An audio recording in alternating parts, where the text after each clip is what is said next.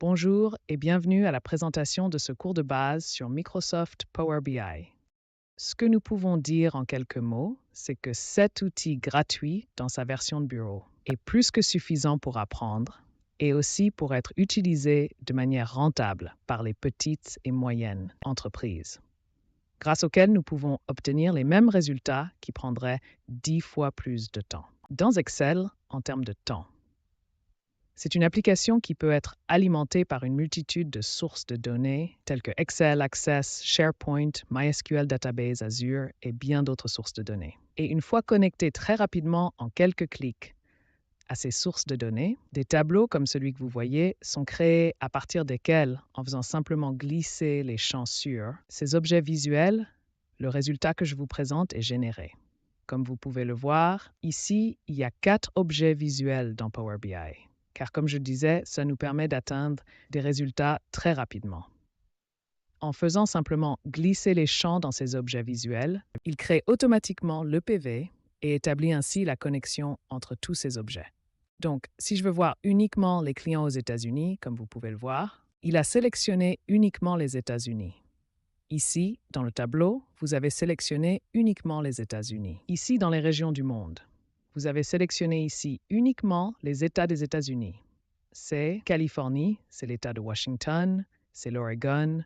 La même chose s'applique à cet autre rapport, dans ce tableau de bord. Je peux aller voir quels clients, combien de clients et lesquels j'ai, qui ont 40 ans dans différentes régions du monde, dans les États et aussi dans les villes. Et je vois ici que j'en ai 200 aux États-Unis, 100 ans Australie. Parmi ces 200 aux États-Unis, 100 dans l'État de Californie, et puis ici, je vais sélectionner toutes les villes.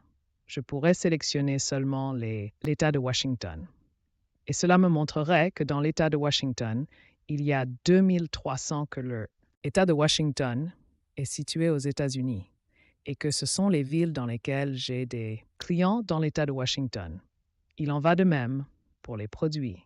Je peux aller et sélectionner seulement les vélos.